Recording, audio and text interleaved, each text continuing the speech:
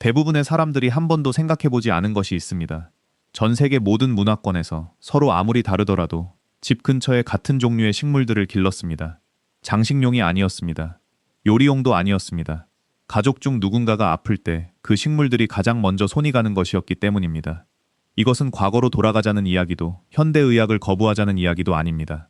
어떤 허브들이 대대로 전해져 왔는지, 왜 신뢰받았는지, 그리고 오늘날에도 왜 여전히 알아둘 가치가 있는지를 이해하는 것에 관한 이야기입니다. 이 허브들 중 일부는 바로 알아보실 것입니다. 다른 것들은 한 번도 들어본 적이 없을 수도 있습니다. 하지만 이들 모두는 마케팅이나 유행이 아니라 반복된 사용을 통해 그 자리를 얻어냈습니다. 세계 곳곳의 거의 모든 치유 전통에서 발견되는 유럽에서 아시아, 아메리카에 이르기까지 두루 쓰인 허브부터 시작해 보겠습니다. 첫 번째 식물, 캐모마일. 캐모마일은 대부분의 사람들이 마트 티백 코너에서 본 적 있는 허브 중 하나입니다. 하지만 티백이 등장하기 훨씬 이전부터 얼마나 깊이 의존되어 왔는지 아는 사람은 거의 없습니다. 수세대에 걸쳐 캐모마일은 가족들이 안절부절 못함, 속 불편함, 잠들 수 없게 만드는 병증을 겪을 때 몸을 도와주기 위해 사용해온 허브였습니다. 아이가 아플 때 어머니들이 가장 먼저 찾던 허브 중 하나였는데 그 이유는 연약한 몸을 압도하지 않으면서도 부드럽게 효과를 냈기 때문입니다.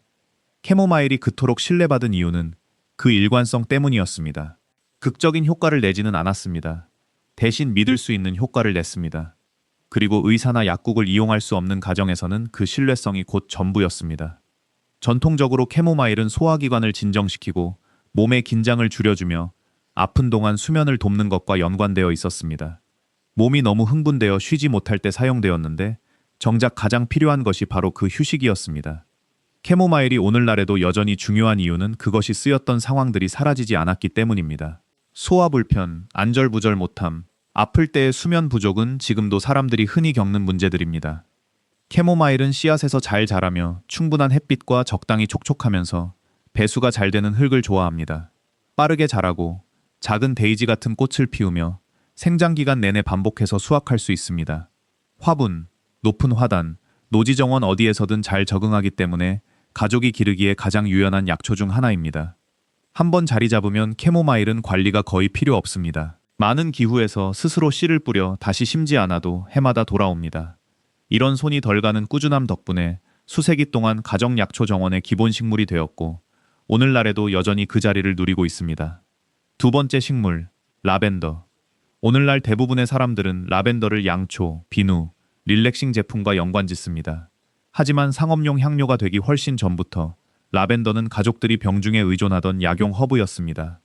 수세대에 걸쳐 라벤더는 불안, 긴장성 두통, 그리고 마음이 가라앉지 않을 때 병이 가져오는 안절부절 못함을 겪는 몸을 돕기 위해 사용되었습니다. 병을 낫게 해서가 아니라 병을 더 견딜만하게 만들어 주었기 때문에 쓰였습니다. 그 차이는 중요합니다. 라벤더를 특히 가치 있게 만든 것은 사용할 수 있는 방법이 많다는 점이었습니다. 가족들은 이를 말린 허브로, 우린 물로, 그리고 아픈 사람이 있는 방 근처에 그냥 두는 식물로 사용했습니다. 전통적으로 라벤더는 신경계를 진정시키고 긴장과 관련된 불편을 완화하며 몸이 제대로 회복하기 위해 필요한 깊은 휴식을 돕는 것과 연관되어 있었습니다. 라벤더는 충분한 햇빛과 건조하고 배수가 잘 되는 흙에서 가장 잘 자랍니다. 습한 환경을 견디지 못하며 오히려 다른 식물들이 힘들어하는 척박한 흙에서 잘 자랍니다. 이 때문에 한번 자리 잡으면 물이나 비료가 거의 필요 없는 관리하기 가장 쉬운 허브 중 하나입니다. 많은 사람들이 과정을 앞당기기 위해 어린 모종부터 시작합니다. 다 자라면 라벤더는 가뭄에 강하고 오래가며 생장 기간 내내 반복해서 수확할 수 있습니다. 화분이나 화단 어디에서든 잘 자라며 관리가 거의 없어도 여러 해 동안 생산성을 유지합니다. 세 번째 식물, 질경이 바나나 비슷한 그 과일이 아닙니다.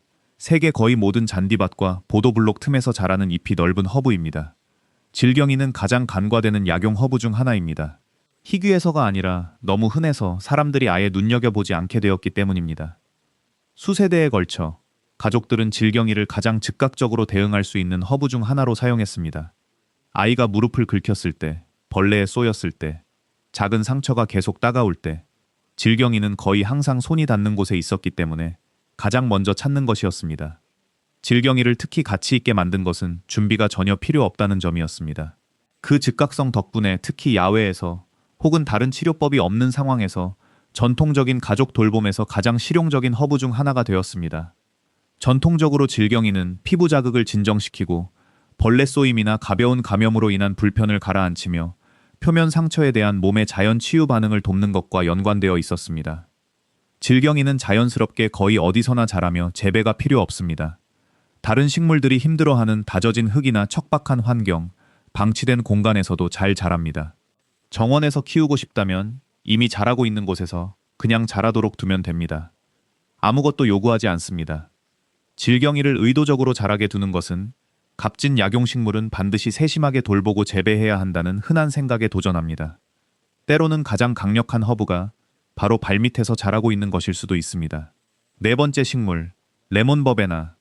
레몬버베나는 많은 사람들이 들어본 적 없는 허브이지만 전통적으로 재배되던 문화권에서는 병중에 없어서는 안 될 존재로 여겨졌습니다. 수세대에 걸쳐 레몬버베나는 소화불량, 발열과 관련된 불편함, 그리고 오랜 병 이후 찾아오는 신경피로를 겪는 몸을 돕기 위해 사용되었습니다. 한 번에 여러 가지를 다루었기 때문에 단순함이 필요했던 가정에서 특히 실용적이었습니다. 역사적으로 레몬버베나를 돋보이게 한 것은 아주 적은 양으로도 강한 향과 맛을 낸다는 점이었습니다. 아주 조금만 사용해도 효과가 오래갔기 때문에 식물 한 그루로 한 계절 동안 여러 번의 병치레를 견뎌낼 수 있었습니다. 전통적으로 레몬버베나는 소화를 돕고 가벼운 발열과 관련된 긴장을 줄이며 몸이 약하면서도 안절부절 못한 회복기 동안 몸을 진정시키는 것과 연관되어 있었습니다.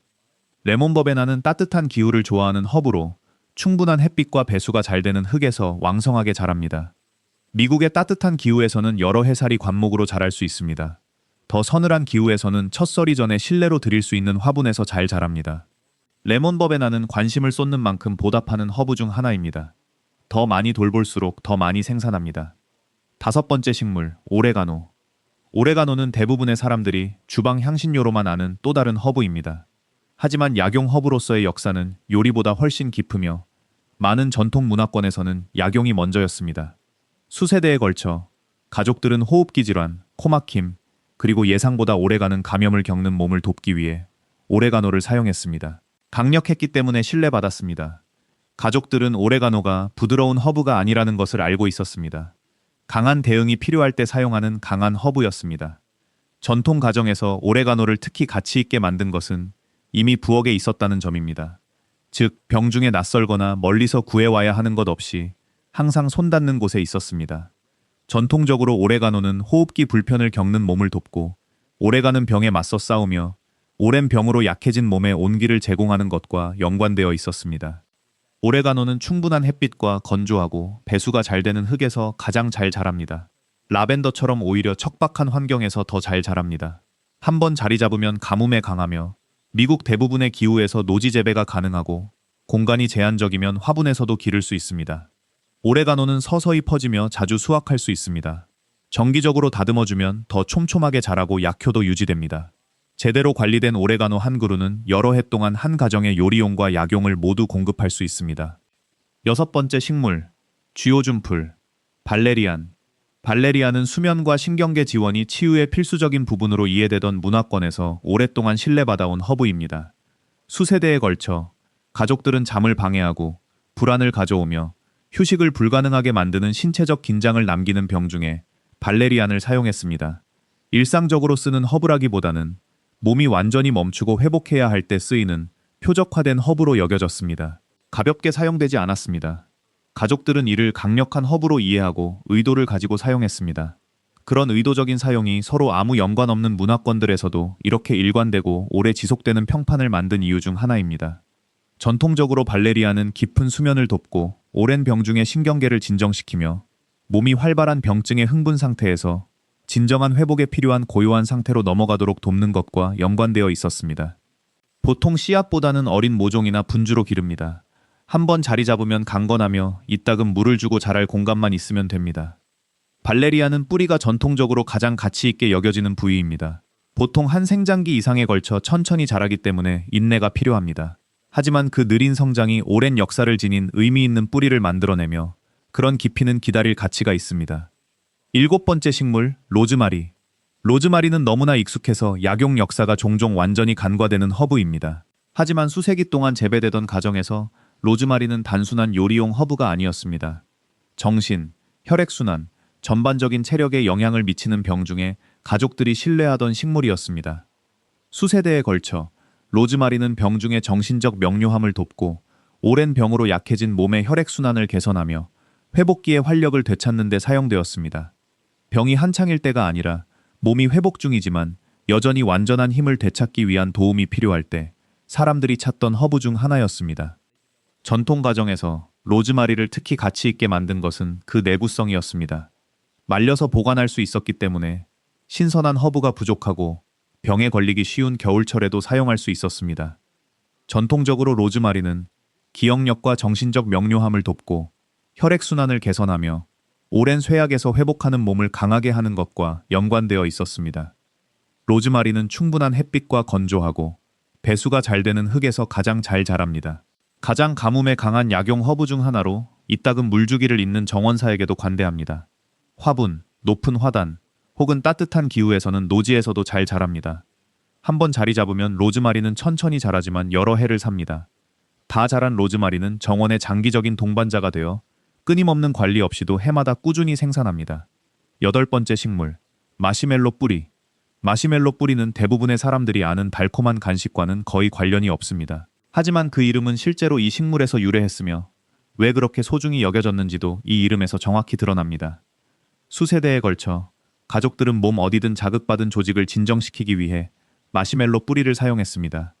병으로 목이 따갑고 아플 때, 소화가 염증처럼 느껴질 때, 지속되는 기침으로 가슴이 따가울 때, 마시멜로 뿌리는 가장 아픈 부위를 감싸고 진정시켰기 때문에 가족들이 찾던 허브 중 하나였습니다. 역사적으로 마시멜로 뿌리를 돋보이게 한 것은 빠르게 덮치기보다 서서히 사람을 지치게 하는 병에 적합했다는 점입니다. 그 진정 효과는 오랜 병을 더 견딜만하게 만들어 몸이 끊임없는 불편이 아니라 회복에 집중할 수 있도록 도왔습니다. 전통적으로 마시멜로 뿌리는 목과 소화관을 진정시키고 호흡기 질환과 관련된 자극을 가라앉히며 감염 중에 몸의 점막을 지지하는 것과 연관되어 있었습니다. 마시멜로는 키가 크고 매력적인 여러 해살이 식물로 충분한 햇빛에서 반그늘까지 적당히 촉촉하고 배수가 잘 되는 흙에서 잘 자랍니다. 다 자라면 강건하고 스스로 유지됩니다. 뿌리는 식물의 에너지가 땅속으로 돌아가는 가을에 수확합니다. 이런 느린 수확 주기는 빠른 결과를 원하는 사람보다 장기적으로 정원을 가꾸는 사람에게 보답합니다. 하지만 자리 잡은 뒤에는 한 가정에 여러 해 동안 쓰일 수 있는 식물을 선사합니다. 9번째 식물, 서양토풀, 야로우. 야로우는 자라는 거의 모든 대륙의 전통의학에 등장하는 허브입니다. 그런 보편적인 존재감은 우연이 아닙니다. 서로 다른 문화권의 가족들이 얼마나 일관되게 같은 식물에서 같은 가치를 발견했는지를 보여줍니다. 수세대에 걸쳐 야로우는 발열, 출혈, 상처나 자상에서 비롯된 감염을 겪는 몸을 돕기 위해 사용되었습니다. 단순히 아플 때보다는 몸이 다쳤을 때 먼저 사용되는 허브 중 하나였는데 이는 대부분의 약용 허브와는 다른 역할을 부여했습니다.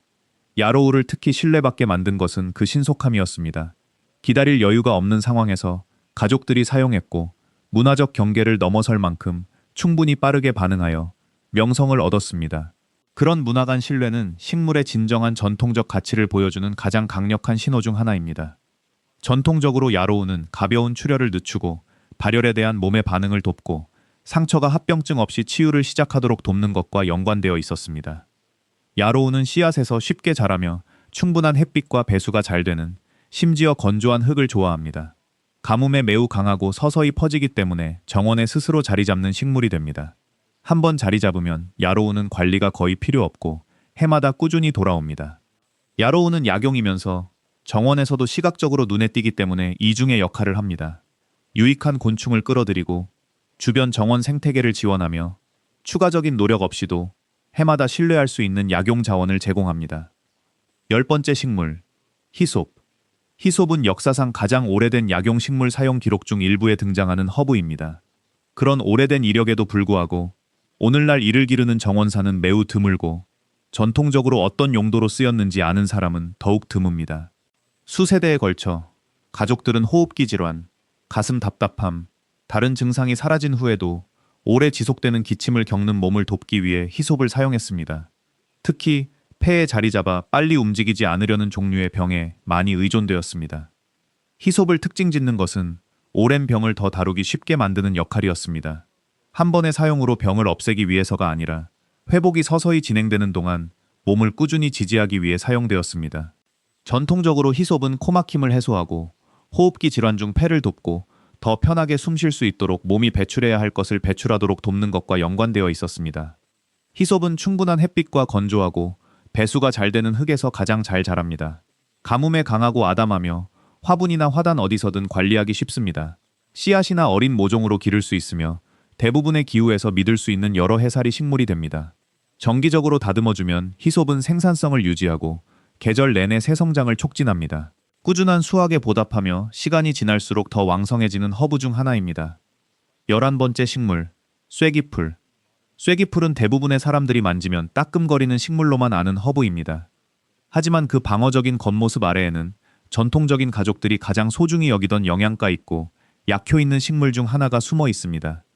수세대에 걸쳐 쐐기풀은 회복용 허브로 사용되었습니다. 병이 지나갔지만 몸이 약해지고 고갈되어 회복이 더딜 때 쐐기풀은 재건이 필요한 몸에 얼마나 많은 것을 제공하는지 때문에 가족들이 가장 먼저 찾던 식물 중 하나였습니다. 전통 가정에서 쐐기풀을 특히 중요하게 만든 것은 겨울철 병이 지나가고 몸이 회복을 가장 필요로 할 때인 이른 봄에 구할 수 있다는 점이었습니다. 그 계절적 타이밍 덕분에 가족이 의존할 수 있는 가장 실용적인 시기의 허브 중 하나가 되었습니다. 전통적으로 쐐기풀은 철분 수치를 돕고 염증을 줄이며 병에서 회복하는 몸을 강하게 하고 식단만으로는 부족할 때 밀도 높은 영양을 제공하는 것과 연관되어 있었습니다. 공격적으로 퍼지기 때문에 화분이나 성장을 관리할 수 있는 전용 정원 공간에서 기르는 것이 가장 좋습니다. 노지 화단에서 기르는 정원사는 퍼짐을 예상해야 합니다. 수확할 때는 장갑이 필요하지만 조리하거나 말리면 따끔거림이 완전히 사라집니다.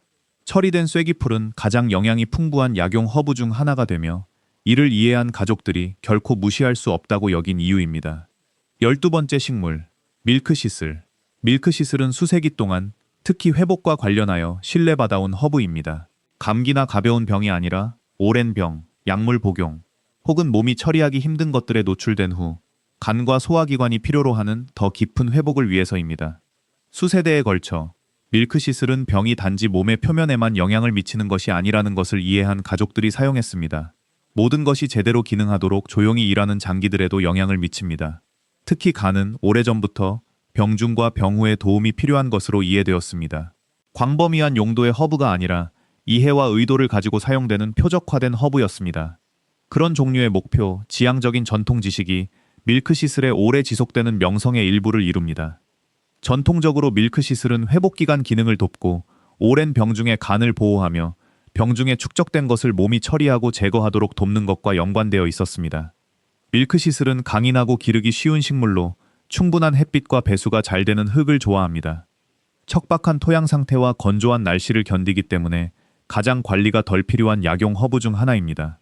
씨앗에서 자라고 인상적인 보라색 꽃을 피우며 쉽게 스스로 씨를 뿌립니다. 밀크시슬은 스스로 씨를 뿌려 최소한의 노력으로 해마다 돌아오기 때문에 지속적인 투자 없이도 약초 정원의 영구적인 요소가 됩니다. 한번 자리 잡으면 계속해서 제공하는 식물 중 하나입니다. 13번째 식물, 캣닙. 캣닙은 고양이에게 미치는 잘 알려진 효과 때문에 가장 오해받는 약용 허브 중 하나입니다. 그런 연관성 때문에 가족들이 병중에 의도적이고 사려 깊게 사용해온 역사가 거의 지워졌습니다. 수세대에 걸쳐 캣닙은 발열, 안절부절 못함, 그리고 어린 몸을 진정시킬 수 없게 만드는 불편한 병증을 겪는 아이들을 돕기 위해 사용되었습니다. 특히 그 부드러움 때문에 신뢰받았습니다. 진정 효과 없이 차분함을 만들어냈기 때문에 압도되지 않고 편안함을 얻어야 하는 이들에게 이상적이었습니다. 캣닙을 역사적으로 중요하게 만든 것은 가장 취약한 이들에게도 안전하다고 여겨졌다는 점입니다. 아이들이 병을 앓는 가정에서 어린 몸에도 안전할 만큼 부드러운 허브를 갖는 것은 필수적으로 여겨졌습니다. 그런 세대를 거친 안전 기록이 캣닙의 전통적 가치에서 의미 있는 부분입니다. 전통적으로 캣닙은 발열과 관련된 안절부절 못함을 진정시키고 아이들의 소화 불편을 가라앉히며 병중에 거친 효과 없이 부드러운 수면을 돕는 것과 연관되어 있었습니다. 캣닙은 씨앗에서 왕성하게 자라며 충분한 햇빛에서 반그늘까지 적당히 촉촉하고 배수가 잘 되는 흙을 좋아합니다. 쉽게 퍼지고 빠르게 자라기 때문에 들이는 공간과 노력 대비 가장 생산적인 약용 허브 중 하나입니다. 정원 근처에 고양이가 있다면 식물이 다 자라기 전에 고양이가 건드리지 못하도록 보호 조치가 필요할 수 있습니다. 자리 잡고 수확한 후에는 사용 전에 말리는 것이 가장 좋으며 이는 고양이에 대한 효과도 상당히 줄여줍니다.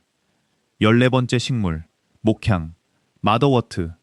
마더워트는 많은 정원사들이 접해본 적 없는 허브이지만 이것이 사용되던 전통에서는 가족 건강에서 매우 특별하고 깊이 신뢰받는 역할을 담당했습니다. 수세대에 걸쳐 마더워트는 정서적 스트레스, 오래 지속되는 불안, 그리고 병이 온몸에 가하는 신체적 긴장을 겪을 때 심장을 돕기 위해 사용되었습니다. 많은 문화권에서 몸이 오랫동안 아플 때 신체적으로나 정서적으로나 심장에 그 자체의 도움이 필요하다는 것을 이해했습니다. 마더워트를 특징 짓는 것은 병이 신체적 증상을 넘어설 때 사용되었다는 점입니다. 병이 두려움, 오랜 슬픔, 혹은 가슴에 자리 잡는 종류의 긴장을 가져올 때 마더워트는 다른 대부분의 식물이 닿지 못하는 병의 층위를 다루기 위해 가족들이 사용한 허브였습니다. 전통적으로 마더워트는 스트레스 중 요동치거나 긴장된 심장을 진정시키고 오랜 병 중에 정서적 안정을 돕고 병이 자주 가져오는 불안의 신체적 감각을 완화하는 것과 연관되어 있었습니다. 마더워트는 씨앗에서 쉽게 자라며 반그늘에서 충분한 햇빛까지 배수가 잘 되는 흙을 좋아합니다. 키가 크게 자라고 서서히 퍼지며 믿을 수 있는 여러 해살이 식물로 해마다 돌아옵니다. 한번 자리 잡으면 관리가 거의 필요 없고 생장 기간 내내 수확할 수 있습니다. 마더워트는 대부분의 약용 허브가 직접 다루지 않는 수준에서 작용하기 때문에 오늘날에도 수세대 전만큼이나 여전히 중요한 전통적 가족 식물 돌봄의 공백을 채웁니다. 15번째 식물, 금잔화, 칼렌둘라. 칼렌둘라는 흔히 정원사가 기를 수 있는 가장 관대한 약용 식물 중 하나로 불립니다. 극적인 효과 때문이 아니라 필요할 때가 되어야 알아차릴 만큼 조용하면서도 꾸준하게 가족 건강에 기여하기 때문입니다. 수세대에 걸쳐 칼렌둘라는 피부 자극, 더디게 낫는 상처, 병 이후 남는 염증을 겪는 몸을 돕기 위해 사용되었습니다. 응급 상황을 위해서가 아니라 모든 가족이 평생에 걸쳐 겪는 꾸준하고 평범한 불편의 순간을 위해 집 가까이에 두었습니다. 전통 가정에서 칼렌둘라를 특히 소중히 여긴 이유는 정원사에게 거의 아무것도 요구하지 않으면서 많은 것을 돌려주었다는 점입니다. 계속해서 꽃을 피우고 자주 수확할 수 있으며 한번 심은 것으로 한 계절 내내 약을 만들어낼 수 있었습니다. 전통적으로 칼렌둘라는 염증이 있거나 자극받은 피부를 진정시키고 상처 치유를 돕고 국소 염증을 줄이며 한 해 내내 부드럽지만 꾸준한 약효를 제공하는 것과 연관되어 있었습니다. 칼렌둘라는 씨앗에서 쉽게 자라며 충분한 햇빛과 적당히 배수가 잘 되는 흙을 좋아합니다. 빠르게 자라고 시즌 초반부터 꽃을 피우기 시작해 서리가 내릴 때까지 계속 꽃을 피웁니다. 완전한 초보자도 씨앗부터 시작해 성공적으로 기를 수 있는 몇 안 되는 약용식물 중 하나입니다. 정기적인 수확은 실제로 개화 기간을 연장시키는데 이는 식물을 더 많이 사용할수록 더 많이 준다는 의미입니다. 이런 상호 이익과 꾸준한 관대함의 관계가 칼렌둘라를 수세대에 걸쳐 가족 약초 정원의 영구적인 일부로 만들었습니다. 이 15가지 허브는 무작위로 선택된 것이 아닙니다. 이들은 어떤 식물을 기르고 가르치고 물려줄 가치가 있는지에 대해 신중하게 결정을 내린 여러 세대 가족들 덕분에 살아남았습니다. 이 허브들을 기른 모든 가족은 뒤에 올 사람들에게 조용한 투자를 하고 있었습니다. 그들은 이렇게 말하고 있었습니다. 무엇을 해야 할지 모를 때 여기서부터 시작하라. 우리가 배운 것부터 시작하라. 오늘날 약용 허브를 기르는 것은 현대의학을 대체하거나 아무것도 변하지 않은 척 하려는 것이 아닙니다. 유행보다 더 오래가는 무언가를 통해 그 자리를 얻어낸 식물들과의 관계를 유지하는 것입니다. 그것들은 사용을 통해 시간을 통해 그 자리를 얻었습니다. 이 영상이 이 허브들을 다르게 보는 데 도움이 되었다면 잠시 시간을 내어 좋아요를 눌러주세요. 실질적이고 근거 있는 식물 지식을 찾는 더 많은 사람들에게 이 채널이 닿을 수 있도록 도와줍니다. 그리고 이런 콘텐츠를 더 원하신다면 데일리 플랜트 라이프를 구독해주세요. 이 채널은 유용하고 현실적으로 기를 수 있으며 언제나 중요했던 지식과 연결된 식물들에 초점을 맞춥니다. 시청해주셔서 감사합니다. 다음 영상에서 뵙겠습니다.